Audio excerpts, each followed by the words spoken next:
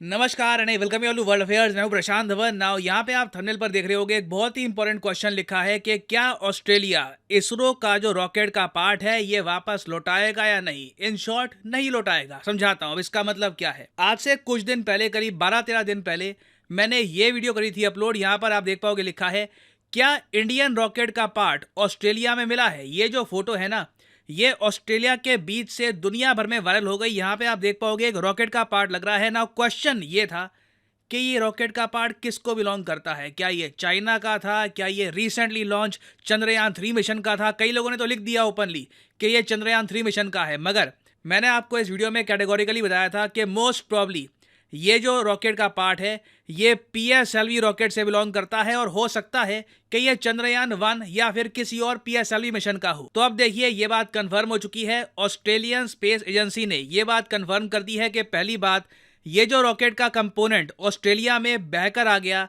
ये बिल्कुल इंडियन है। और यहां पर आप देख पाओगे ऑस्ट्रेलियन स्पेस एजेंसी की ट्वीट है। ये लोग यहां पर कह रहे हैं कि जो मलबे का टुकड़ा ऑस्ट्रेलियन बीच पर मिला था ये बिल्कुल पीएसएलवी मीडियम लॉन्च व्हीकल का है जो ऑपरेट करता है इसरो। नाउ अब क्वेश्चन यहाँ पर ये आता है, नंबर 1, मैं यहाँ पे आपको ये क्लियर कर दूं, ये ऐसा नहीं है कि आसमान से गिरा ये टुकड़ा, ये ओशन में बह रहा था, बहते बहते ये ऑस्ट्रेलिया के बीच में आ गया। आज के समय ये जो रॉकेट का टुकड़ा है ये ऑस्ट्रेलियन स्पेस एजेंसी के पास है। अब इनको डिसाइड करना है कि ये यूएन लॉ के हिसाब से इस पीस का क्या करेंगे, क्योंकि यूनाइटेड नेशंस की जो आउटर स्पेस की ट्रीटी है इसमें साफ साफ बात ये लिखी है कि the treaty requires the state parties to return any foreign objects discovered in their territories to their owners. साफ साफ लिखा है कि अगर कोई फॉरेन ऑब्जेक्ट स्पेस रिलेटेड किसी कंट्री को मिलती है तो उनका दायित्व बनता है कि जो ओनर्स हैं, जिनका वो रॉकेट था, जिनकी वो सैटेलाइट थी, या जो भी उनको मिला है अपने देश में,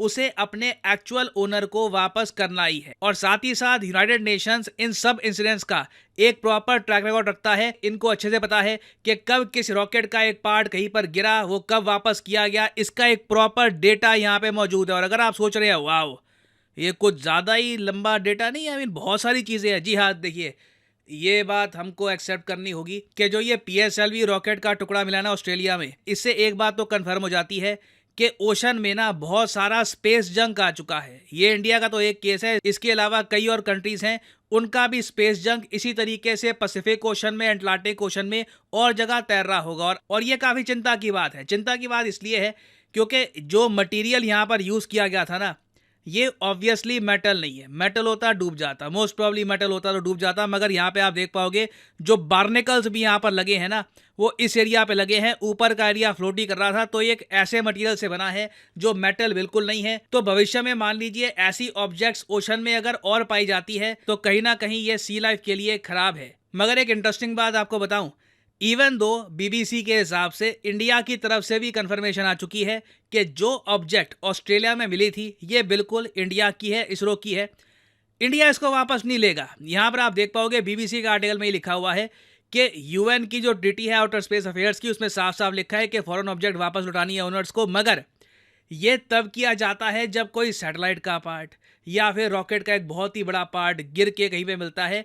इस केस में जो पार्ट ऑस्ट्रेलिया के बीच में आया है ना, ये पीएसएलवी के स्टेज 3 या 4 का पार्ट है जो काफी हद तक अपना काम कर चुका है। चांसेस कम है कि इंडिया ये वापस चाहेगा। और यहाँ पे देखो लिखा हुई है कि there would be no benefit in India retrieving this object. और इसलिए वेस्टर्न ऑस्ट्रेलिया जो इनकी स्टेट है जहाँ पे इसरो के रॉकेट का ये पार्ट मिला है, ये लोग ऑलरेडी इंडिकेट कर रहे हैं कि अगर हमें मौका दिया जाए कि इस रॉकेट के टुकड़े को हम अपने म्यूजियम में शोकेस कर सके तो इनको बहुत खुशी होगी।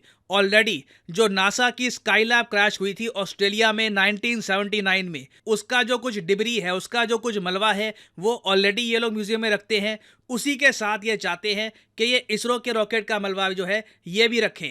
और मेरा ये वीडियो बनाना देखिए बहुत ही इंपॉर्टेंट था, क्योंकि इंडियन मीडिया में भी ना आज के समय कंफ्यूजन ऐसा है। मैं देख रहा था आज ही ऐसे आर्टिकल पब्लिश हुए हैं, इधर आप देख पाओगे फर्स्ट पोस्ट का आर्टिकल है। ये लोग कह रहे हैं कि जी unidentified object on Australian beach most likely debris from Chandrayaan 3। Debris होता है मलबा। तो ये कह रहे हैं कि जी जो मलबा मिला है ऑस्ट्रेलिया के बीच में ये बिल्कुल चंद्रयान 3 का है। नहीं है। ये अब लोग आर्टिकल पढ़ेंगे, कहीं और कहीं लिख के आ जाएंगे एग्जाम में या फिर इंटरव्यू में कुछ और बोल जाएंगे। चंद्रयान 3 जो हमने लॉन्च किया है, वहां पर जो लॉन्च व्हीकल है वो है LVM-3M4 रॉकेट। ऑस्ट्रेलिया की स्पेस एजेंसी खुद कहती है कि जो हमको ये पार्ट मिला है ये PSLV medium lift launch vehicle का है, तो कहीं से भी ये चंद्रयान 3 को बिलोंग नहीं करता। तो this should be known to everyone. और आने वाले समय में देखिए हमें पता लगेगा कि इस रॉकेट के पार्ट का किया क्या जाएगा। क्या इसरो सच में इसको वापस लेगा, या मोस्ट प्रॉब्ली जैसे BBC क्लेम कर रहा है कि ऑस्ट्रेलिया के म्यूजियम में ये पार्ट रखा जाएगा। हिस्ट्री के रूप में आप कह लीजिए कि जब इसरो ग्रो कर रहा था, जब इसरो का इनिशियल फेज था, तब के समय का एक इनके रॉकेट का पीस है जो आज के समय ऑस्ट्रेलिया के म्यूजियम की शोभा बढ़ा रहा है। और फाइनली यहाँ पे मैं आप सबसे क्वेश्चन पूछूंगा जिसका आंसर आप सब लोग करोगे कमेंट सेक्शन में। क्वेश्चन ये है कि हाल ही में वो कौन सा शहर है जो पहली बार वर्ल्ड सिटीज कल्चर फोरम, जो आप कह लीजिए एक नेटवर्क है शहरों का, उसमें ऐड किया गया है। पहली बार है जब एक इंडियन शहर को ऐड किया गया है यहाँ पर। ये है यहाँ पे आपकी ऑप्शंस, कोलकाता, मुंबई, बैंगलोर या फिर इंदौर। कमेंट सेक्शन में करिए उत्तर। सही आंसर मैं नहीं दूंगा, जो लोग सही आंसर करेंगे उनकी कमेंट को मैं हार दे दूंगा ताकि बाकी लोग समझ पाए कि सही आंसर क्या है। और फाइनली यहाँ पर मैं ये भी ऐड कर दूं कि आज रात 12 बजे अनअकैडमी की जो मैसिव सेल है ये खत्म हो जाएगी। अभी अनअकैडमी के सारे कोर्सेज पर 50% का डिस्काउंट चल रहा है, अप टू 50% डिस्काउंट। ये डिस्काउंट आज रात मध्य रात्रि को खत्म हो जाएगा। तो लाइफ में अगर आप एक बार प्रॉपर्ली UPSC एग्जाम की प्रिपरेशन करना चाहते हैं, कमेंट सेक्शन में जाइए, यहाँ पे आपको मिलेगा ये लिंक। यहाँ पे आप परचेज कर सकते हैं अनअकैडमी का UPSC कोर्स, मगर जो प्राइसेस यहाँ पर लिखे हैं ये पे करने की जरूरत नहीं है। सिंपली यहाँ पर कोड डालिए PD10 and the prices will start falling. Again ये जो डिस्काउंट यहाँ पे आपको 50% दिख रहा है, आज मध्य रात्रि के बाद ये 10% हो जाएगा वापस। तो कोई भी कोर्स आप अगर परचेज करना चाहते हैं, नीट का, CDS का, UPSC का, use the code PD10 and save money. इसी नोट के साथ ये है video Kant. Thank you for listening and as I always say, may the gods watch over you.